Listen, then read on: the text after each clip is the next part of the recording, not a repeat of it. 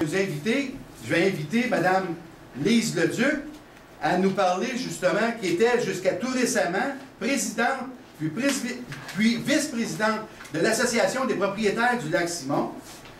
Mme Leduc a un sens de l'engagement social. Son arrière-grand-père fut maire de la municipalité du Lac-Simon. Elle a aussi été députée pour le Parti québécois dans la circonscription de Mille-Îles, dans la région de Laval, de 1994 à 2003.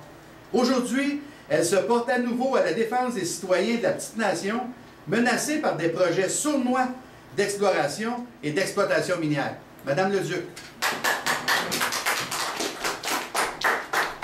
Bonjour, merci beaucoup pour cette présentation.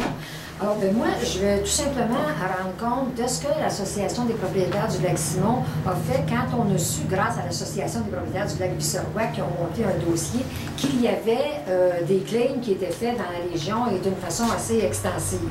Pour ce qui est du Lac-Simon, nos recherches, à ce moment-là, nous ont donné, on pense que c'est seulement à peu près 10 lots ou terrains qui ont des claims actuellement. Mais ça ne veut rien dire pour l'avenir si on regarde que Cheneville est claimé au complet et partout autour. Ce que nous avons fait, c'est que nous avons avisé ces personnes-là que leur terrain avait été claimé par une minière sans qu'ils s'en rendent compte. Personne ne le savait, là, on tombait des nues. Et on leur a fourni toute la démarche à suivre et les formulaires pour s'opposer à ce qu'une minière entre sur leur terrain pour forer sans qu'ils en soient informés.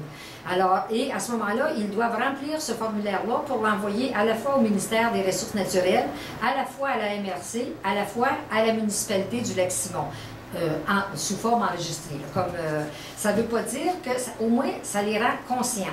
Ça ne veut pas dire que la minière ne peut pas venir, mais elle ne peut pas venir à leur insu. Au moins, ils savent s'il y a quelqu'un qui vient faire des claims dans le coin, et là, ça permet à la communauté de se prendre en main, selon le cas, si vraiment ils ne souhaitent pas que ça se passe.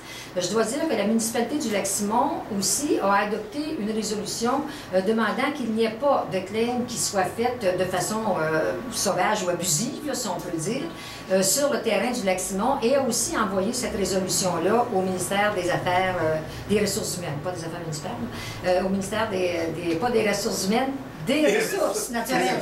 Des ressources naturelles. Alors, c'est l'action que nous avons prise pour sensibiliser les gens de notre communauté, parce que c'est évident que si c'est une région de villégiature, au Lac-Simon, il y a un gros potentiel touristique.